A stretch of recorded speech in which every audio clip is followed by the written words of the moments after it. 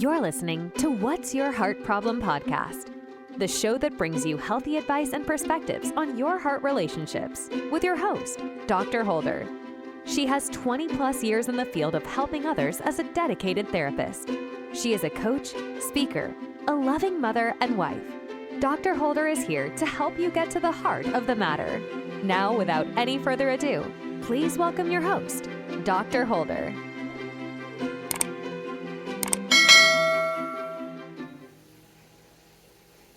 Hello. Good day to everyone. This is Dr. Holder, your host from What's Your Heart Problem podcast. And I'm here today to talk about, yes, ladies and gentlemen, are you a sexual dumping ground? Are you a sexual dumping ground? When I say sexual dumping ground, is sex just for the other person's pleasure and not your own? So I'm talking towards my ladies today. I'm going to speak about towards my men a little bit later. But initially, a sexual dumping ground, I'm speaking about my ladies that probably feel that way at times. And the reason I say sexual dumping ground is because in sex, women are typically the receivers. We receive the sperm, or basically you receive the penis and or the anatomy of the male in male-female relationships.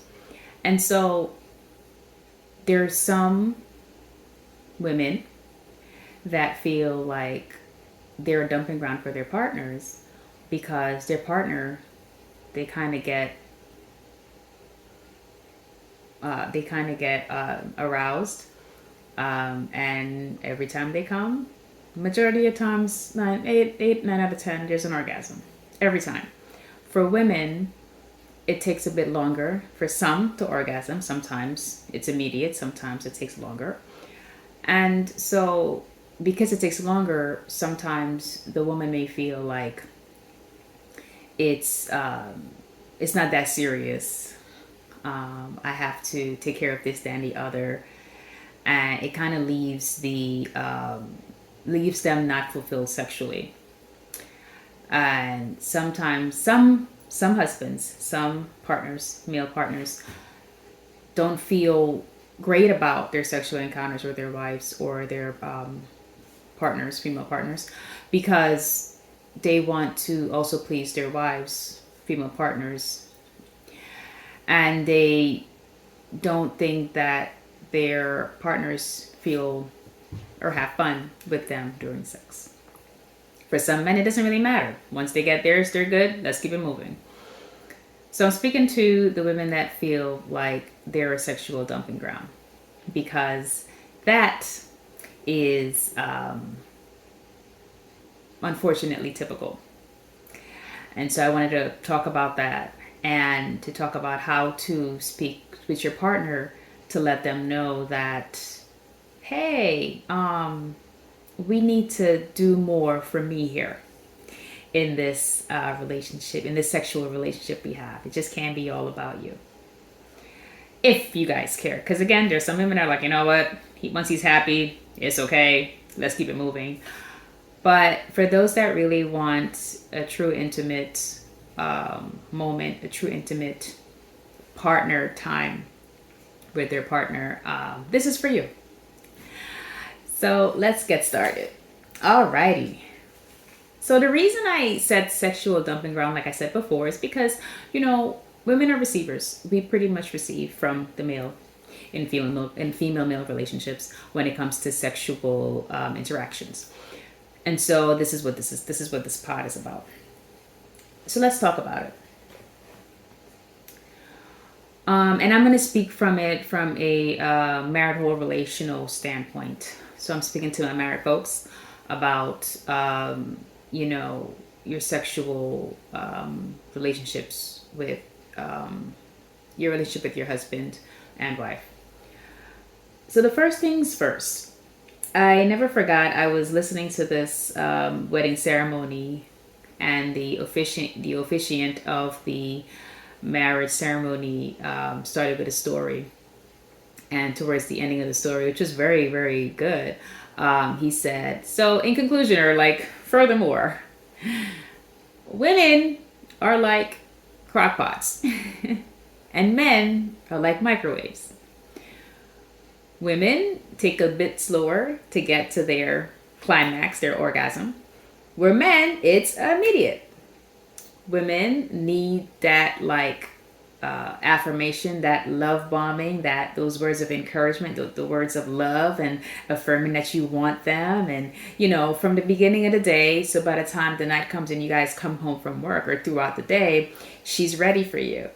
As opposed to men, some men are like, "You're ready, let's go." They don't need all that. They're like, they see your breast out, they see your leg out. Oh, let's get this party started sexually. So, I'm talking about how to have a mutually loving and great sexual relationship. All right. So the first thing is foreplay. And foreplay isn't just physical. Foreplay, you guys have the kissing, the touching, the fondling, all of those things. Foreplay also, like I was saying before, is emotional. Women, again, some women, because there's some women that are ready to go with their husbands. They're ready to go, boom. They see his leg out or his, and they're like, oh, I'm hot. I love, let's go, right? But then there are other women too that they don't feel that. They need to feel connected to you. And I'm not saying those women don't feel connected to their husbands. I'm not saying that. I'm just generally speaking to the women that need more than just that quick, I see you, we're going to do it. And I just wanted to say that, for those women, connection is really important to have a really great sexual life with your husband. So for the husbands, you want to be able to speak to your wife's love language. There are, I think, like 5 love languages. You guys can look it up. There's acts of service, words of affirmation, oh my goodness, gift giving, oh Lord, there's 2 more, but there you can look, just Google 5 love languages. There's like a free test you take, and you can tell which love language you have, and the love language basically is, if your partner does this for you, you feel loved. And they do that for you, you do that for them, they feel loved. So figure that out first, and number 2, use that as foreplay to make your partner feel loved, your woman feel loved. When your woman feels loved, when she feels like you hear her, when she doesn't feel dismissed, when she doesn't feel like, you don't get it, when she doesn't feel like you're putting other people or other things above her, when she feels like you really want her around and really are feeling her, you would see a difference in how much sexual interaction you receive. It usually increases. It's important that you utilize that love language information to encourage or to help your wife get to where she can get, where you guys have a great sexual experience together. So the emotional foreplay is using that love language, as well as utilizing how much basically you love her and really showing her that experience. So by the time you guys get home, there is back and forth. Now get into the physical. It takes longer sometimes for a woman to come than a man. And so when you are interacting with the physical foreplay, so first step, what's your love language? Make sure you're loving on this woman the way you should be loving on her, so she feels emotionally like, oh my gosh. Second step, and again, this is just the purpose is a good sexual experience, right? physical foreplay. Make sure you know what she likes. Not what you like, what she likes. Like again, some women don't always know, but take the patience and the time to find out what she likes. Have conversations about what she is into, and don't make fun of that. Don't dismiss it as, well, I had past partners that this, and the other. You should do the same because you're all women. Please don't do that. Every woman is different. Please understand that your wife is very different than other women you've had, and she may not have the same. If you've had past partners, some have not, but those that have, don't make that a this has been my experience, this should be your experience. Try to make it where it's you guys' own experience as opposed to other partners. So third step, foreplay. What does she like? Figure it out with each other. Have a game about it, so that, and be patient with her, as she understands what this is, to get that experience going, right? And then you do that so that she's able to come before you. When a woman is able to come before you, it tells her that you've put her stuff first. It tells her that you are thinking of her and wanting to make sure that she's good. And physically, it opens up her body to receive you, where she doesn't feel like you're just dumping in on her, or just going in, doing your thing and bouncing. And then that's to the experience would be the fourth step, right? And then the fifth step would be talking about how you guys love one another after. Obviously, if you have the time. So this is about making time to have those great sexual experiences, because there'll be moments where you guys got to do a quick, let's go in and out, and that's that.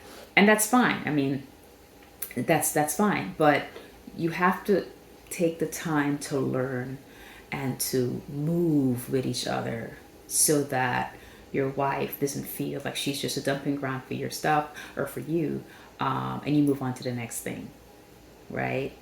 Because if she's supposed to be that best friend, that person that is with you till the day you part, all of that, you want to treat her in that way. You want her to feel like she's first in your life and not a dismissed second, to the kids, to friends, to events. She is your person and she's there to support you. So support her in a way that she doesn't feel like she's a second-class citizen. It's really important. So then we talk about focusing on sex not just being a dumping ground. Another thing that comes up is a woman not feeling like her husband cares about, what's going on with her and her things. Now, obviously, you have friends who talk about different things and you can go on, but there are women that feel like no matter what they say or how they say it, if the spouse is really not caring about them in any way, then they feel it. And so if they feel it, when it comes down to their sexual experience, it lessens again. So again, the biggest thing is focusing on, okay, how am I able to take care of my woman where she feels like she can talk to me about various things and feel heard and not dismissed? Because I know that when I pour into my wife, I pour into my family, the benefits are going to be glorious, because you married someone that will be there for you. That's what your spouse is supposed to be for you, she for you and you for her. And so when you pour in that way, it helps her, or it helps it to be a mutually satisfying experience, just the day to day, but also it helps your sexual experience like go up, go awesome. It really does.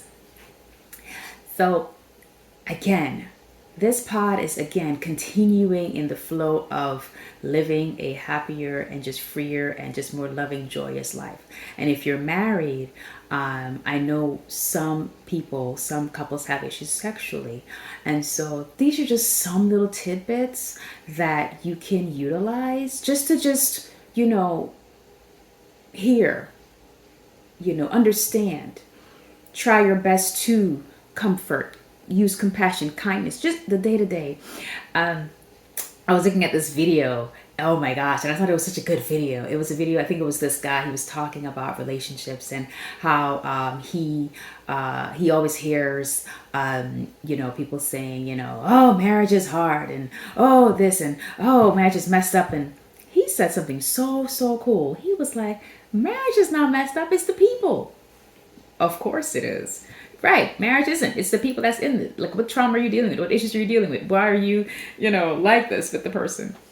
And he said, wouldn't it be so cool? Or no, he didn't say wouldn't it be so cool. He said, how would it look like, or how would it feel if the husband and wife was always like, what do you, to each other, what do you want to do? What do you like? How can I serve you? How can I be there for you? How can I work with you? How can we do this? How can we do that? What do you need? What do you need? How can I be of service to you? How can I, do for you? How can I do more for you?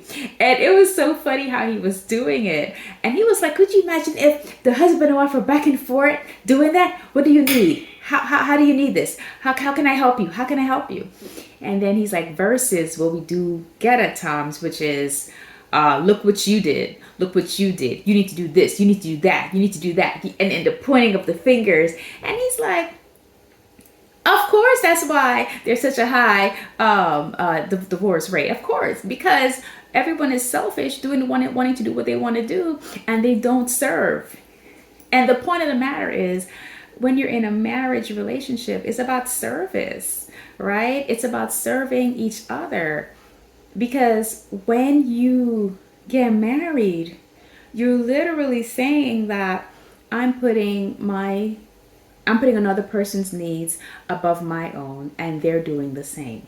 And so when you have that back and forth of healthy exchange, healthy interaction with one another, it bodes well for the relationship. The children see it, if there's children, your in-laws see it. Like, there is a broad view of health and strength and comfort and commitment every day, because you guys are choosing each other to serve one another in a way that's going to be great for your legacy.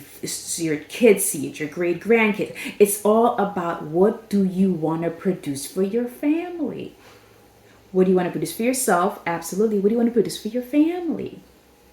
So yes, I started out with not being a sexual dumping ground, but really the bigger picture is, you don't want to be a sexual dumping ground.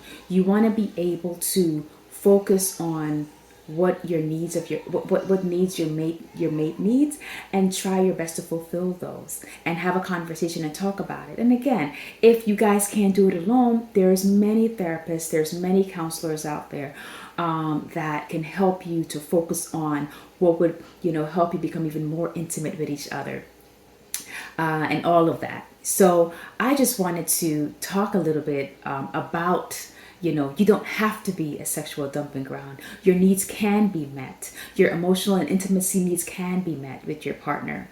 It's just, is your partner open to hearing what's going on with you? Is your partner open to what's happening in the back end with you?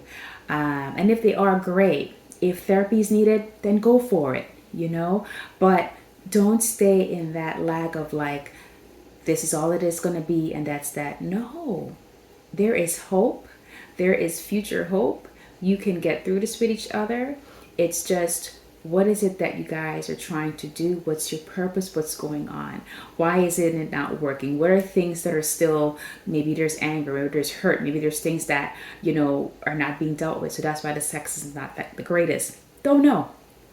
But for whatever it is, seek out a solution. Seek out to resolve this matter so that you enjoy each other, because that's how it should be when it comes to your sexual relationship.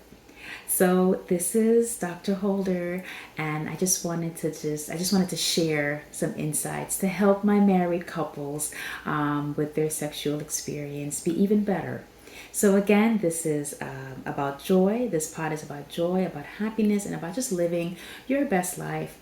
And in this pod, with your spouse. So have a great day. God bless.